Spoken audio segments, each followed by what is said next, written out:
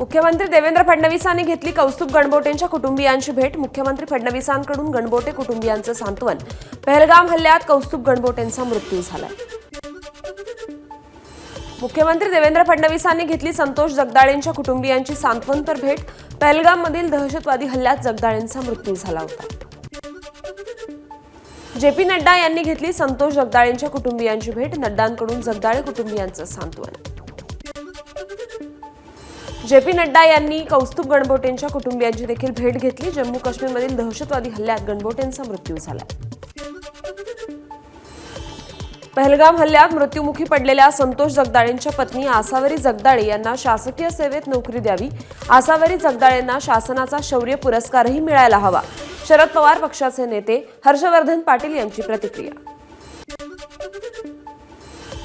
डोंबिवलीत राजन विचार यांनी घेतली हेमंत जोशी, अतुल मोने आणि संजय लेलेंच्या कुटुंबियांची भेट। पहलगाम दहशतवादी हल्ल्यात तिघांचाही झाला होता मृत्यू। लेलेंच्या मुलाला सरकारनं नोकरी द्यावी, विचार यांची मागणी। महाराष्ट्रातील काश्मीरी विद्यार्थ्यांनी घेतली उपमुख्यमंत्री एकनाथ शिंदेंची भेट। महाराष्ट्र दुसरं घर, काश्मीरच्या विद्यार्थ्यांची भावना। विद्यार्थ्यांची काश्मीरच्या उपमुख्यमंत्र्यांसोबत चर्चा।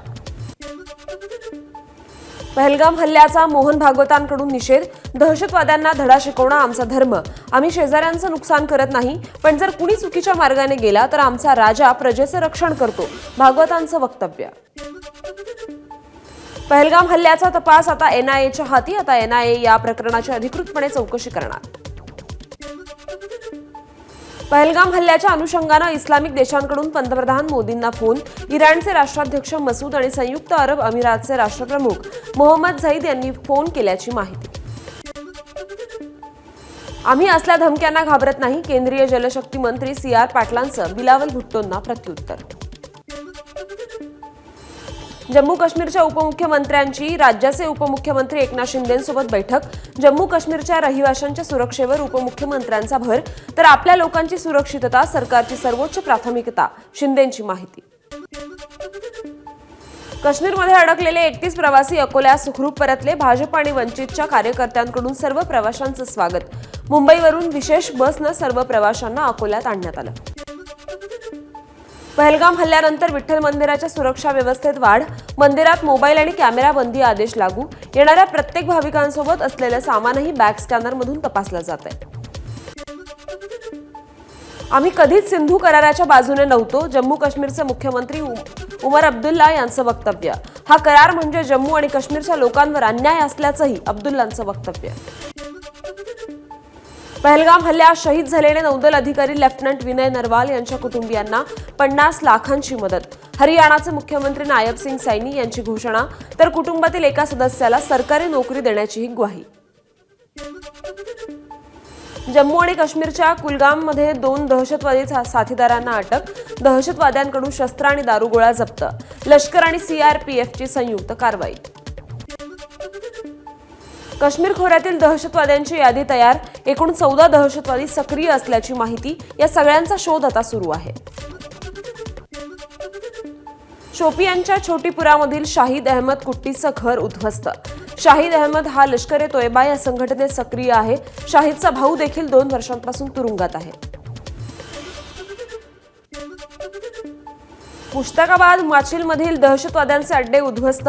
मोठा शस्त्रसाठाही केला जप्त। विशेष ऑपरेशन्स ग्रुप कॅम्प माचिल आणि भारतीय लष्कराची संयुक्त कारवाई। पहलगाम हल्ल्यानंतर भारतीय रेल्वेकडून नॉन काश्मीरी कर्मचाऱ्यांसाठी नवीन नियमावली। एकट्यानं बाहेर जाण्यास कर्मचाऱ्यांना मनाई। दहशतवादी हल्ल्याच्या 4 दिवसांनंतर परदेशी पर्यटक पहलगाममध्ये। UK-मधील 2 पर्यटक महिला पहलगाममध्ये फिरतानाचा आनंद घेतानाचा व्हिडिओ समोर। पहलगाम हल्ल्यानंतर पाकिस्तानचं नाव नकाशावर राहणार नाही, मंत्री जयकुमार रावल यांनी व्यक्त केला संताप।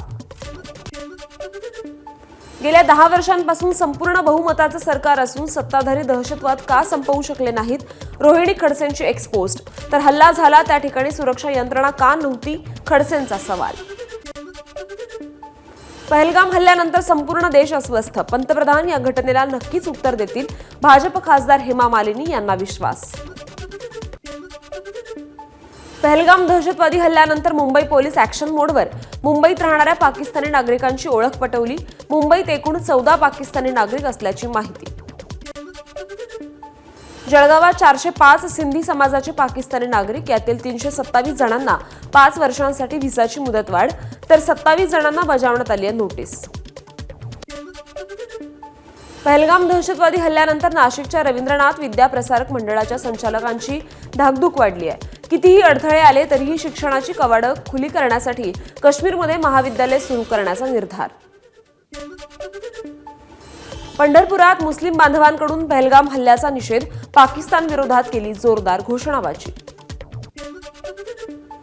शिर्डीत मुस्लिम बांधवांचं काळ्या फिती बांधत आंदोलन, पाकिस्तानी ध्वज जाळून केला पहलगाम हल्ल्याचा निषेध.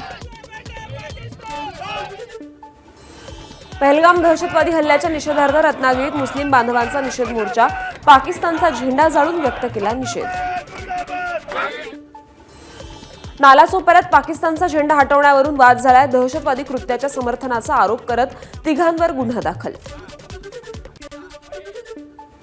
रायगडच्या तळागावात नागरिकांनी नोंदवला पहलगाम हल्ल्याचा निषेध, पाकिस्तानचा झेंडा पायदळी तुडवत व्यक्त केला रोष. पहलगाम हल्ल्याच्या निषेधार्थ यूकेतील पाकिस्तानी दूतावासाबाहेर भारतीयांची निदर्शनं, मात्र पाकिस्तानच्या राजदूतांकडून निदर्शकांना मारण्याचा इशारा. महाराष्ट्र नवनिर्माण सेनेकडून प्रति महापालिका सभागृहाचं आयोजन, सामान्य मुंबईकरांचे प्रश्न मांडण्यासाठी मनसेची संकल्पना. पोलिसांबद्दल आक्षेपार्ह वक्तव्य करणं, आमदार संजय गायकवाड यांना भोवलं. बुलढाणा शहर पोलिसांमध्ये गुन्हा दाखल, महाराष्ट्र पोलीस अकार्यक्षम असल्याचं गायकवाड यांनी वक्तव्य केलं होतं. आमदार संजय गायकवाड यांना उपमुख्यमंत्री एकनाथ शिंदे यांनी फोन करून दिली समज. पोलिसांबद्दल दिलेल्या वादग्रस्त विधानाबद्दल तीव्र शब्दात नाराजी व्यक्त केली. काँग्रेस प्रदेशाध्यक्ष हर्षवर्धन सपकाळ यांची एकनाथ शिंदे यांच्या बुलढाणा दौऱ्यावर टीका. दहशतवादी हल्ल्याच्या पार्श्वभूमीवर सरकारने, पक्षाने काही संकेत आणि सूचिता पाळणं आवश्यक, सपकाळांचं वक्तव्य. 5 वर्षांच्या काळामध्ये 2.5 वर्षांनंतर आमदार नवघरे यांना मंत्रिमंडळामध्ये काम करण्याची संधी दिली जाईल. अजित पवारांचं सूचक विधान, आपण दिलेला शब्द कुठेही बदललेला नाही, अजितदादांची स्पष्टोक्ती. उपमुख्यमंत्री अजित पवार आज रत्नागिरी दौऱ्यावर आहेत. चिपळूणच्या सावर्डेमध्ये राष्ट्रवादीच्या महाराष्ट्र गौरव रथयात्रेचा शुभारंभ होईल. शरद पवारांच्या वक्तव्यावर अजित पवारांनी बोलणं टाळलं. वसमत विमानतळावर येताच दादांनी न बोलताच अजित पवार विमानतळामध्ये गेले. राष्ट्रवादीचा पदाधिकारी स्वच्छ आणि निर्व्यसनी असला पाहिजे. 2 नंबरवाला असला की टायरमध्ये गेलाच समजा. राष्ट्रवादीच्या पदाधिकारी मेळाव्यात अजित पवारांची कार्यकर्त्यांना तंबी. मंत्री उदय सामंतांचा पालघर दौऱ्याचा प्रोटोकॉल चुकला. सामंतांचं हेलिकॉप्टर नियोजित हेलिपॅडवर न उतरल्यानं प्रशासनाची धावपळ झाली. योग्य नियोजन नसल्यानं ही चूक घडली. पालघर जिल्ह्यात 5वी MIDC उभी राहणार. उद्योगमंत्री उदय सामंतांचं वक्तव्य. दुग्ध प्रकल्पाची असलेली जमीन MIDCकडे घेण्याची प्रक्रिया सुरू असल्याचंही सामंतांचं वक्तव्य. 2034 पर्यंत देवेंद्र फडणवीस राज्याचे मुख्यमंत्री राहतील. महसूल मंत्री चंद्रशेखर बावनकुळेंचं वक्तव्य. तर काँग्रेसचे जिल्हाध्यक्ष सुभाष धोटे यांनी फडणवीसांनी दिल्लीत जावं आणि राज्याच्या मुख्यमंत्रीपदी बावनकुळेंना संधी मिळावी अशी भावना केली व्यक्त.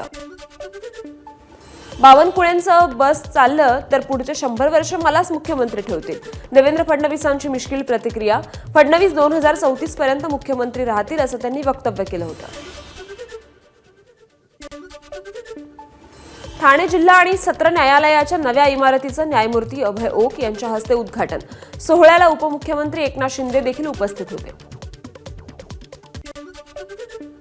ट्रॅक्टर अपघातात मृत्यू झालेल्या महिलांच्या कुटुंबियांची अजित पवारांनी भेट घेतली आहे. हिंगोलीच्या गुंज गावात जात भेट घेतली. यावेळी आमदार राजू नवघरे उपस्थित होते.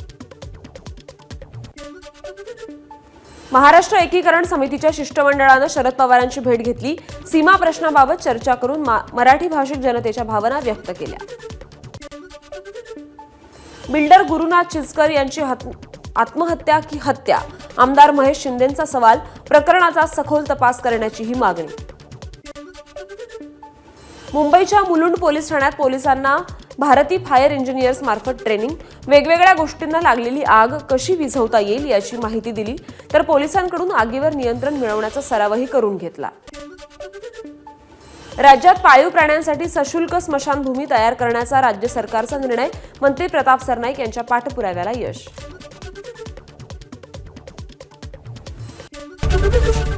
एबीपी माझा, उघडा डोळे बघा नीट.